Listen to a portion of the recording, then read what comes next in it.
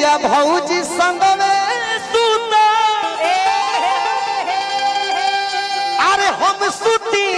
अंगनवारा ननदिया कहतिया कि भैया से कही दे रे भौजी भैया से कही दे रे भौजी कदेश मुर्गा बनवा रामा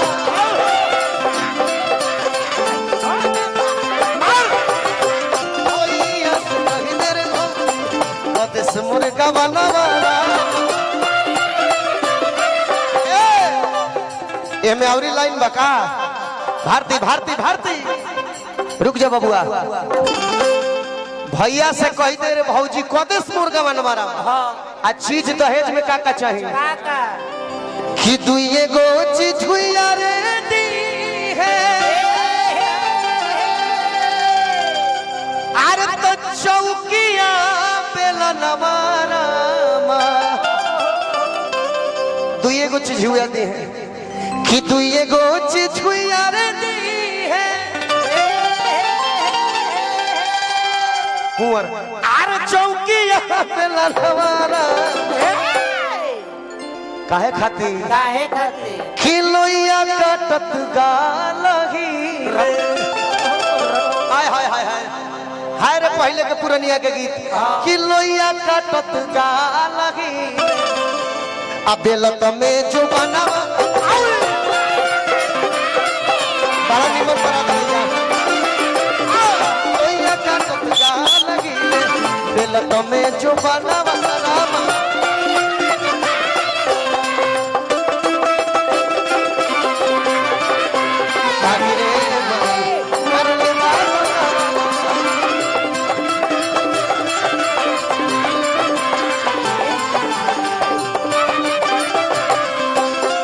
ए बाबू ये लोग कबेले नाचता तो हमारो मन नहीं मन लेकिन हम चाहतन कि हो जाओ रुको तो सरकार आप लोग बैठल बनी और हमरा पास और 45 मिनट के हमार समय बा वो 45 मिनट में हमरा जोन भी करे के बा ओकरा बाद अगला कलाकार ए बाबू ए भोजपुरी में एक से एक मर्द गौनिहार भइले मर्द गौनिहार अपन अपन लय से फेमस भइले केहू के गाना फेमस भइल केहू के डांस फेमस भइल केहू के अपन कहला अब गायत्री ठाकुर जी के लोग कहला कि आवाज तो पावर के ना रहे लेकिन जो लेखनी रहे जो अदाकारी जो ठेका रहे भोजपुरी में आज तक कोई उसन ना कर पाई ए चलते वो हम बात कहो कि जब तू लोग नाचत लो तो हमरा बेचैनी धलल कि हम तन मनी नाचो ए बाबा 4 कटिंग के नाच हम करते आ गईबो करब का हम गावत रहने का कि मन करे अगिया लाई आई हो दादा ये कौन स्टाइल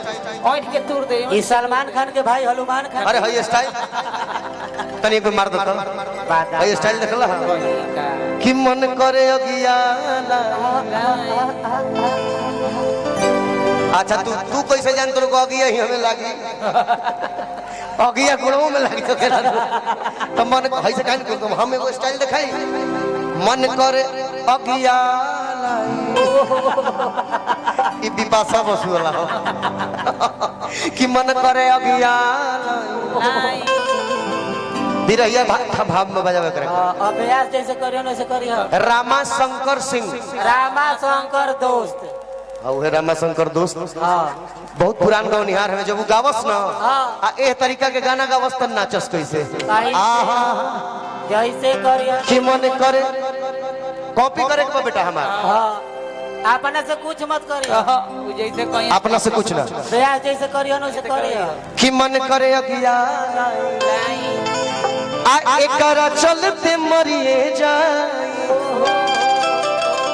कि मन करे अगिया लाई आ एकरा चलते मरिए जाए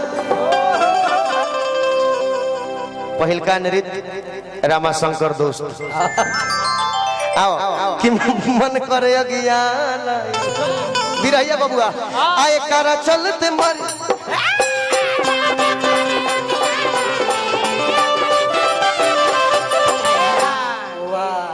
वो तना हूँ मच के कूदलू है वो जगह में कुछ खड़ रही तो ए बाबू गौनई में कला होखे हाँ खाली गाना ना हाँ। आ तू नृत्य करे आइल बड़ू हाँ पैसा वसूल हाँ असौ तहार होला हाँ जी आई में तन में नवरी जोड़ लगा दो हाँ कि मन करे अगिया मंच पे बात मत कही होखे हाँ त गाना से रिलेटेड होखे हाँ हो पाना कि मन करे अगिया आए कर चलते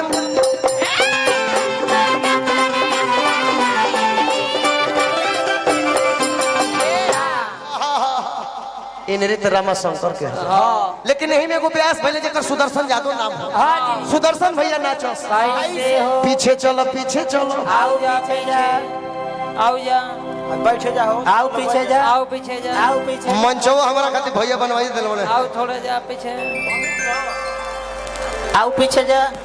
मनीष भैया डब्लू भैया तो मंच हमने खातिर बना दिल बड़ा हाँ जी ए पे प्रवचन होता रहा अभी शुद्ध हो जाए